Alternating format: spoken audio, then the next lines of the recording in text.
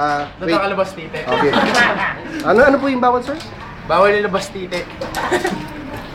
Bawal yung ganito, kunyari, pagkatira mo nakaganyan, tapos ayusin mo lang. Bawal yan. Kung magre-revert ka, pag ganun.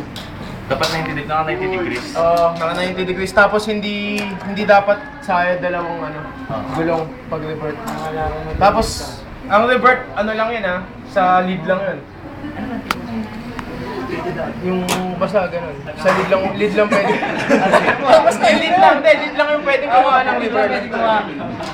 Tapos, yung finger placement, pag nakaganto na, deads na to. Talaga titingin mo talaga sa camera eh. Foul. Tapos pag nakaganyan, foul na din yan.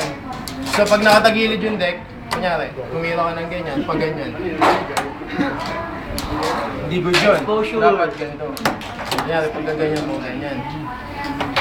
At hindi sasayad yung gulong. Okay. Lumilipad. Okay. Okay. Let's get it on! Oh, impossible daw.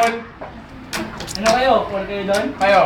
Wala naman, ginagawa naman, hindi naman kinakamay. Hindi. Sa impossible, bawal variations. Yung ubusin mo lahat po impossible mo, sa beses sa impossible.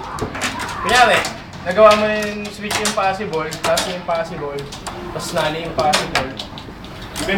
Impossible na. Yung mga normal na impossible ba? Wala na yung mga may mga ganito. Switch, may mga ganon.